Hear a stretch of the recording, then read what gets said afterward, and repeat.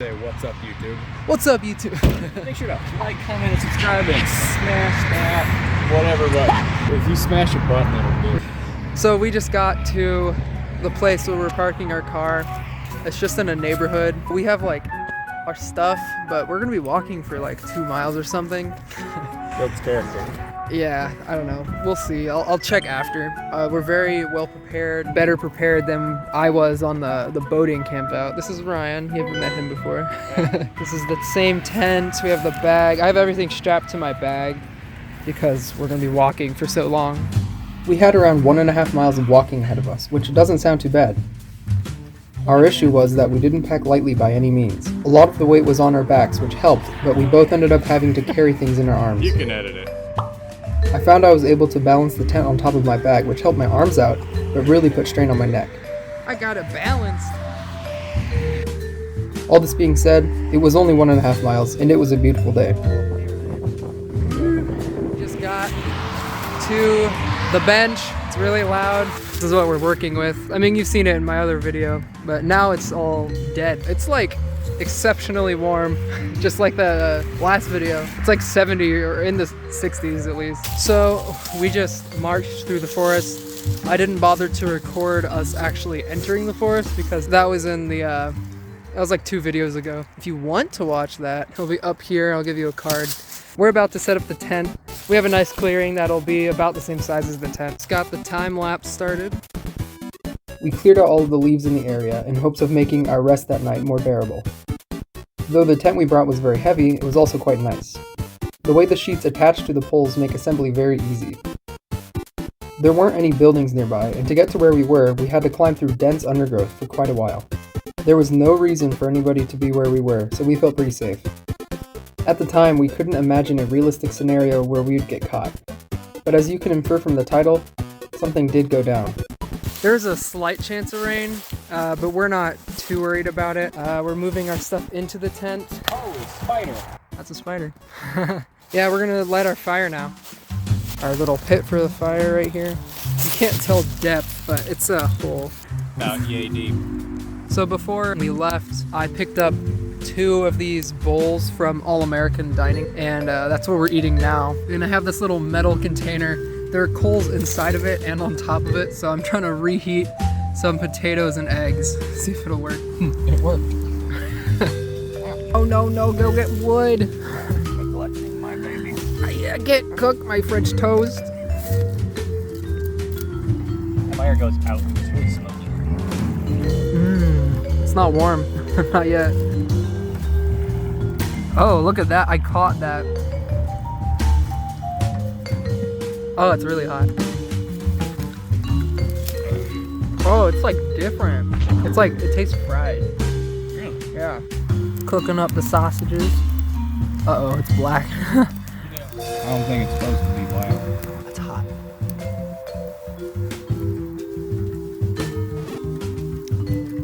We got some sizzling.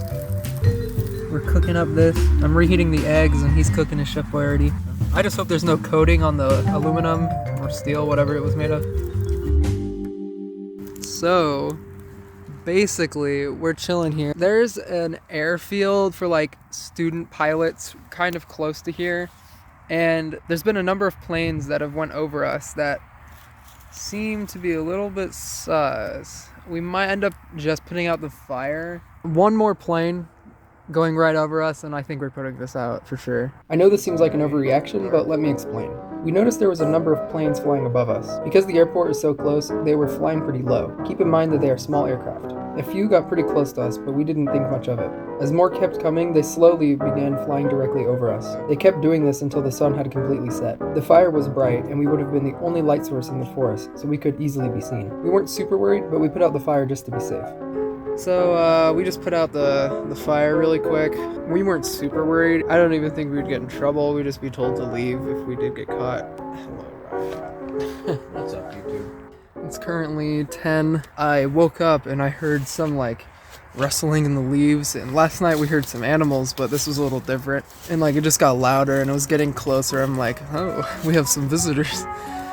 And I woke up Ryan and I'm like, hey, we've got people coming. And then someone came up to the door and was like, "Anybody home?" And it was just this old dude.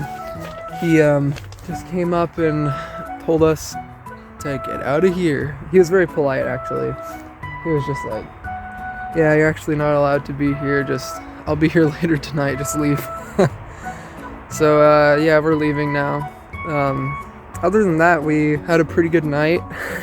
The man never identified himself. He told us Purdue owns the land we were on, and he'd be back later to make sure we'd left. After he was done with us, he just walked straight back the way he came. The only good explanation we could think of as to why he was out here is that we were spotted from above the night before. Pretty funny. We just made it back to the car after walking forever.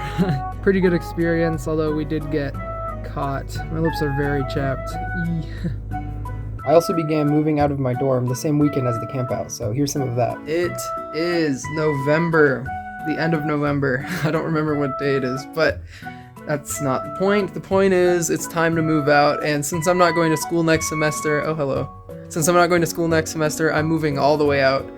Javi's already moved out just for the semester. He is going home right now. I need to unloft my bed because I'm not renting it anymore. But to do that, I'm gonna have to move a whole bunch of stuff. So we're just gonna rearrange the room. So Kus and I just got done rearranging the room, and it's looking really odd. We just moved the bed out. Our room has been the way it was for a long time, so it's weird seeing it like this. And the futon is holding my mattress, and this is where I'll be staying for the next few days. And the top is just being used for temporary storage while I pack. It felt weird moving all my stuff out. Not only was it weird that I was only staying for one semester, but Javi didn't have much furniture, so when I moved all of mine out, the room looked very empty. So currently it's just Jason and I in the dorm. Costa left. It also felt weird having my roommates slowly leave one by one. After Costa left, Jason and I were the only two remaining, and my decision about moving out became much more real. I had decided earlier in the semester that I really just didn't enjoy computer engineering anymore. So in order to build some money and to decide what my new major was going to be, I decided to take some time away from college.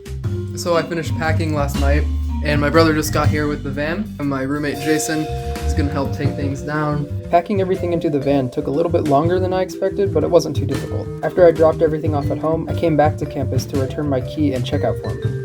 This gave me one last opportunity to say goodbye to Jason. I want to start renting an apartment somewhere, but until then, I had the idea to try and transition our basement into a temporary living space for me. After taking a look at it in person, I decided it wasn't worth it.